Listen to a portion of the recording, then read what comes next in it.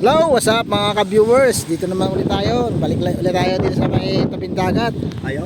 Upang ating alamin yung mga bangka dito dahil maraming hindi nakapagpalaot. Dahil sa lakas ng hangin daw, amihan. Malaki ang alon. Hindi magpipisa ng bayan. Hindi kasama yun, papalaot, pista ng bayan. Malakas kasi yan, palakas na palakas. May naman yun?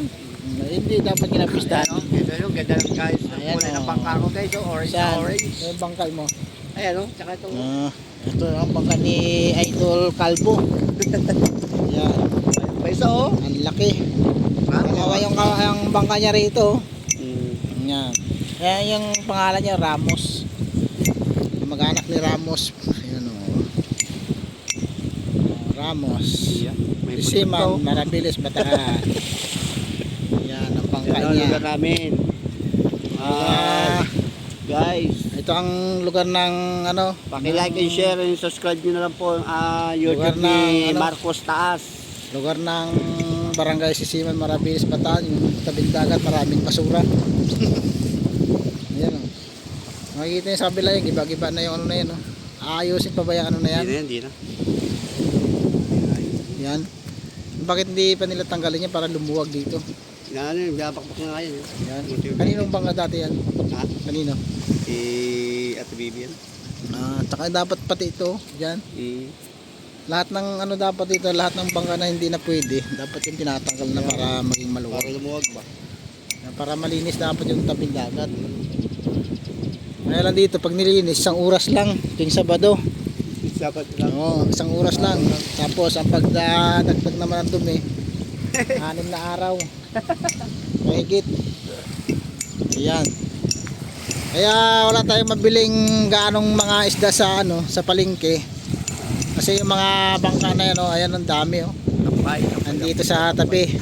Tambay, kaya yung mga ibang mga tao rito walang kita. Ayun, may bagong bangka na naman nagawa yun oh, yun oh. Oh, yan, bago. Dilaw. Ayun, yung dito galing sa bila. Hindi, yan yan. Dito. Oh, yan. Yan ang Dito naman babarang yung turista. Kung yan ay babarang yan. yan ang ipapara dyan, yakit dyan. Yan, Hotel. babarang yan. Yan, maraming paggawaan dito ng bangka. Dati, nung panahon, ano, bago ako dumating dito sa Bataan, wala pang bangka ditong malalaki. Puro maliliit lang nandito. Ganito lang o maliliit. Mga dito, ito malinis pa ito. Dati, yan. Malinis dyan, wala yung mga malalaki na yan. Ngayon, marami na. Yan o, dami-dami talaga. Nagdadagdag pa nga. May umaalis, may nagdadagdag. May bumabalik. O, yan. Badagdag, 5. Oo.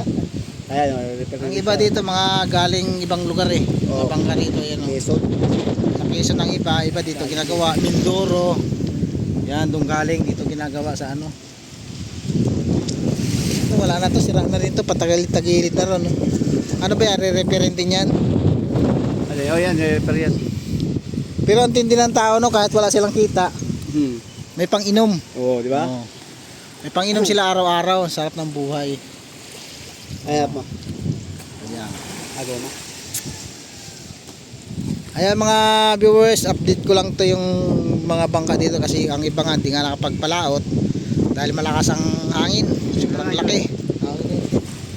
Malakas ang hangin. Sobrang lakas ng hangin dito. Malaki ang alon. Ayan. Si Idol Orlando. Ayan. Pinasyalan niya yung kanyang bangka. Ito ang kanyang bangka, 2. Dati yung bangka ko dito nakaparada din sa lugar nito. Kaya lang nangyari medyo hindi na po maganda ang huli rito. Kasi nga sa nag-ano na yung mga isda, nag-alisan na. Dito dati naka-parking yung aming bangka dyan sa piston na yan. Ngayon wala na. Nilipat namin doon, hindi na nagagamit, nabulok na. Ayun mga viewers, hanggang dito na lang ha. Update na lang tayo at ano na lang, i-like nyo na lang at share, subscribe ang ating munting channel.